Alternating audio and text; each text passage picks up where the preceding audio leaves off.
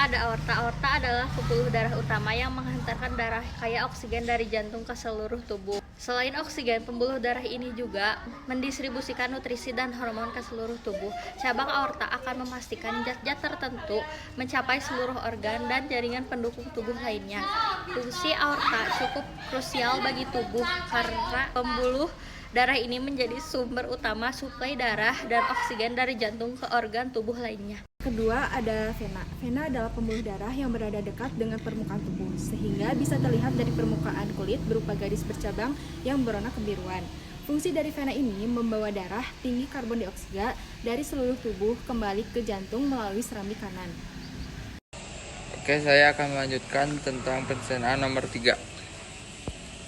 Organ selanjutnya adalah ginjal. Di dalam ginjal terjadi 3 proses untuk pembentukan urin.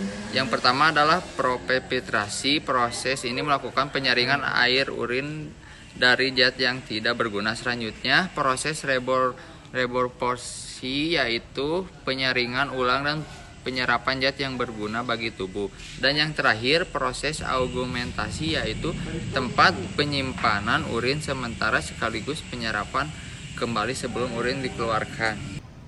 Yang keempat ini ada ureter. Ureter ini adalah saluran berbentuk pipa yang terdiri dari 2 saluran yang berada di sisi ginjal kanan dan sisi ginjal kiri.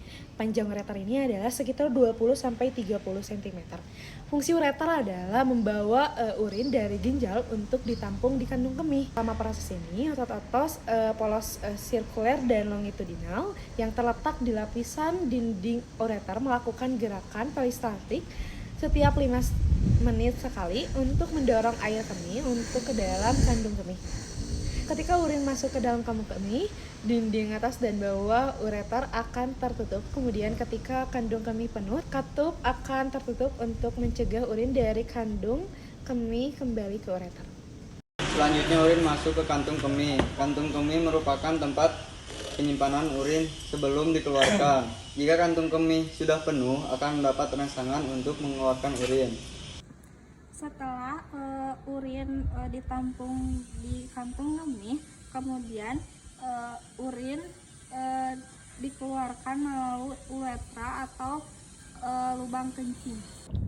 Baik, di sini saya akan menjelaskan mengenai cara kerja dari model yang kelompok kami buat. Nah, di sini diibaratkan mulut yang dimasuki oleh air akan mengalir dan menuju ginjal.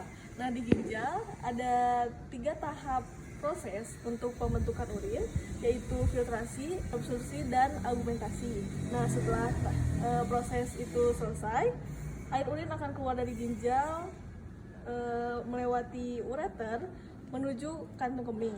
Nah, di kantung kemih ini akan mengalami proses penungguan sampai otak mengirim rangsangan kepada kantung kemih untuk mengeluarkan air urin melalui uretra.